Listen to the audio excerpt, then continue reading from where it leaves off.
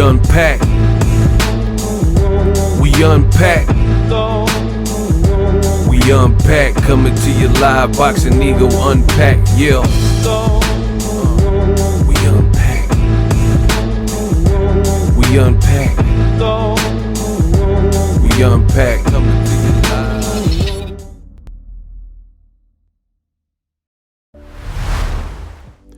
Jermall Charlo left off of ringtv.com's latest top 10 lists, pound for pound, some kind of way.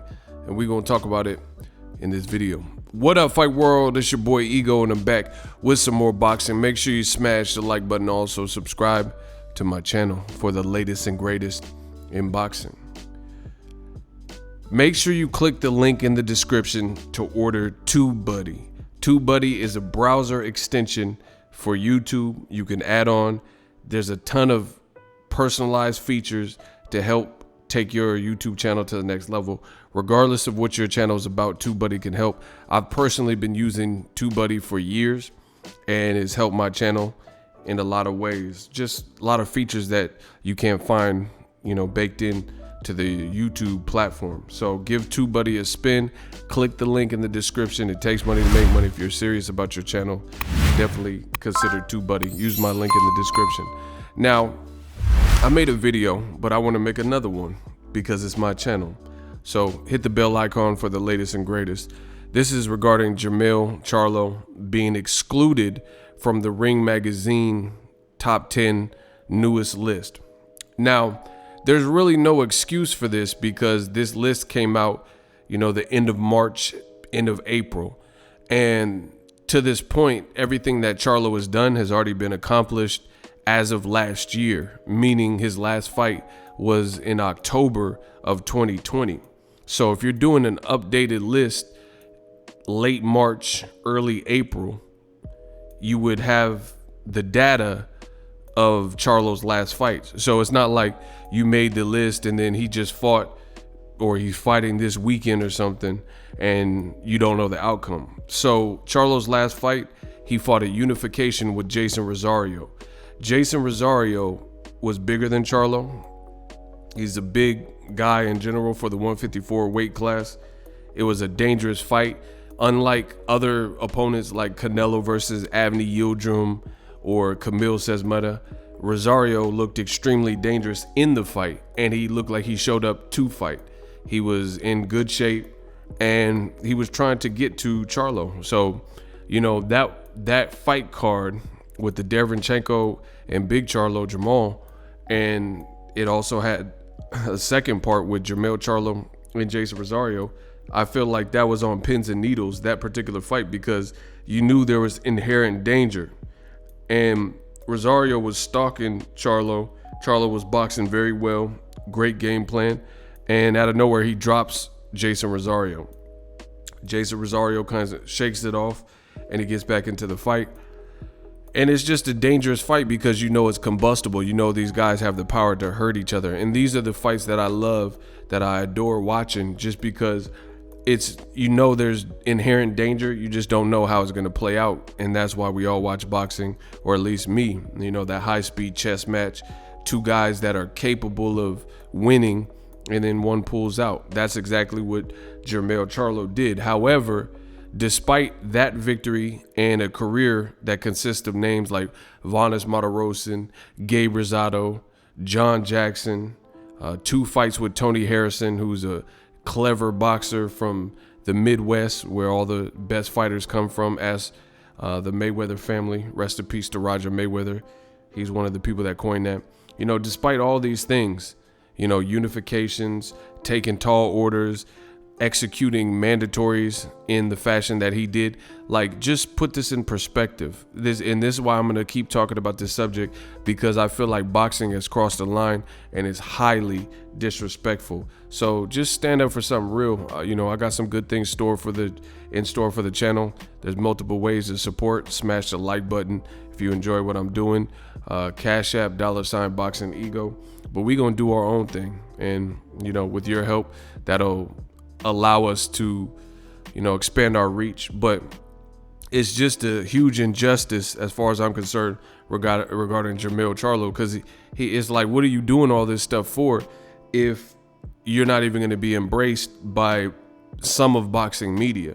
That's why I'm doing everything on my channel to put this out and put it on Front Street, so you guys hear me, you hear the conviction, you hear, the statements. And then you as fans, like, listen, we gotta, as a boxing populace, as boxing fans, we gotta smarten up. We gotta smarten up in the sense of we control what some of these companies do indirectly. And boxing fans need to band together. We need to start lobbying to get some kind of control over boxing. We are the people. There's a lot of entities in boxing, and it's like their mission is to crush boxing and to make boxing a one-sided place, because they want to paint and spin stories and paint narratives for certain fighters, and that's not cool. My thing is this: it don't matter where you're from, your race, creed, gender. Credit needs to be given where credit is due. And as far as Jermall Charlo, he's not being, get both Charlos really, but in this case, Jermall Charlo, he's not being treated right.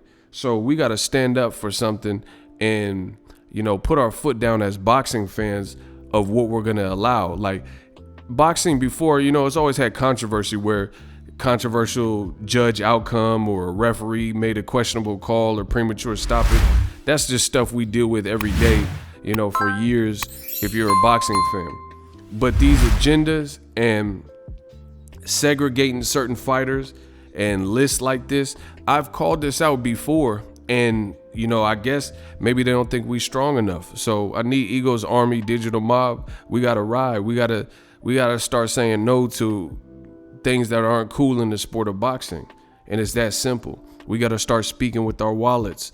If you're a girl, you gotta start speaking with your purse. Or some of you dudes, maybe you gotta speak with your purse. However y'all get down, we gotta let our voices be heard.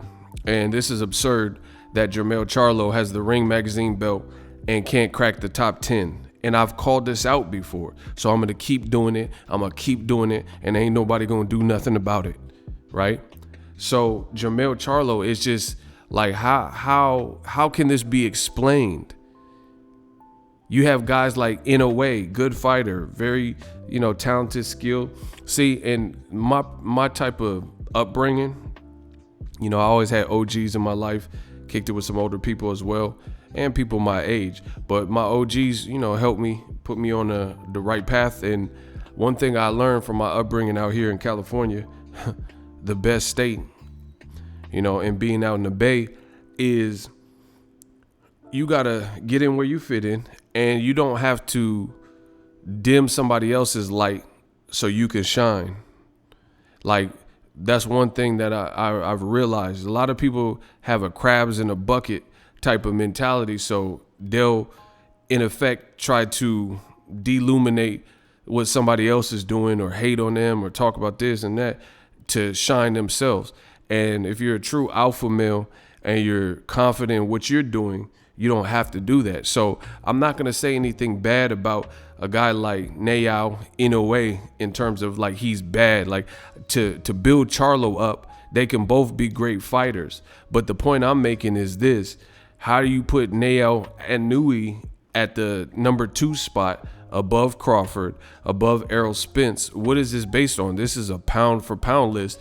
And last time I checked, his last fight with Nonito Donaire, and people thought Donaire was about to get knocked out. Donaire gave him a hell of a fight, broke his eye socket and his orbital bone, as well as I think his nose was broken as well. So he sustained injuries. So if we're talking pound for pound, where is that coming from? I understand he's traveled up in different weight divisions and stuff like that, but that's not going to be everyone's story. So we have to also have other factors like resume, how many fights you have, how you looked in fights. And I don't see how we're doing updated lists and this is the case. In a way, he's a good fighter, skilled fighter, but nobody has broke Jermall Charlo's face up like Nayao in a way where his eye socket was broken. Can you imagine a black fighter in America with today's boxing media, like old media, right? and he got his face broken, like Kell Brook versus Triple G. And then you see the very next pound for pound list, and they put Kell Brook with a broken eye socket at number 2 pound for pound. Do you know how old media would respond to that? So of course we riding because it doesn't make sense. Then you have guys like Alexander Usyk at number 4 ahead of Errol Spence. And it's like these Texas boys is getting disrespected. How is he above Errol Spence? Errol Spence gets in a car accident, comes back like nothing happened, and defied more odds than just boxing. You know, he defied life and death odds. He could have came back and looked shot or looked washed. Some people were even saying that. Bob Arum, immediately after the accident, said, I have on good authority that Errol Spence will never be the same. And Errol Spence proved everybody that thought that and listened to those rumors and had doubts, he proved them wrong. Meanwhile, Usyk has not looked the same as the cruiserweight Usyk.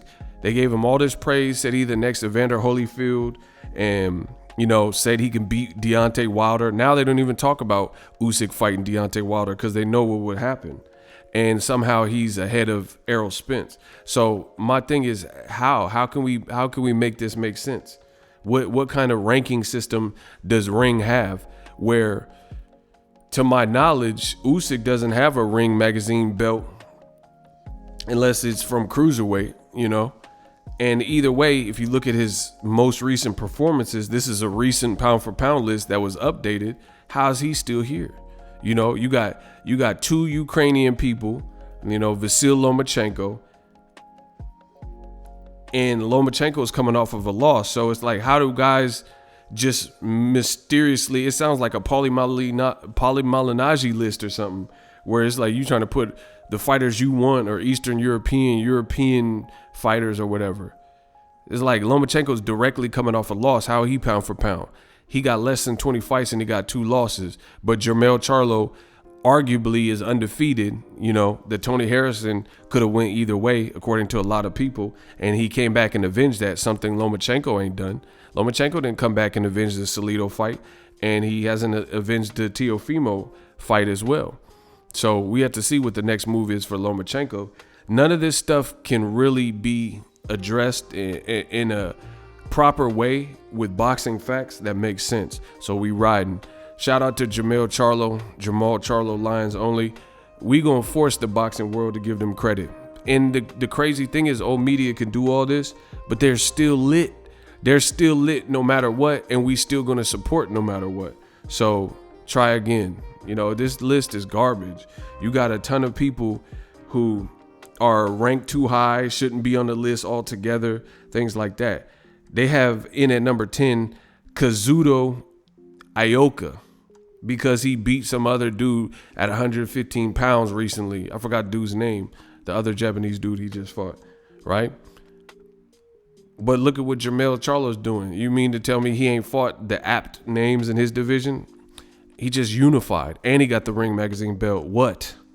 Let me know what you guys think. Use my link, get TUBEBUDDY, ESPN Plus, we working. So if you enjoyed this video and want more content like this on the channel, you can show your appreciation by going to the PayPal donate button or the YouTube support button, and you can donate any amount that you feel is equivalent to the value of this video. Much more to come. Thank you guys for your support. Boxingego, the future of boxing.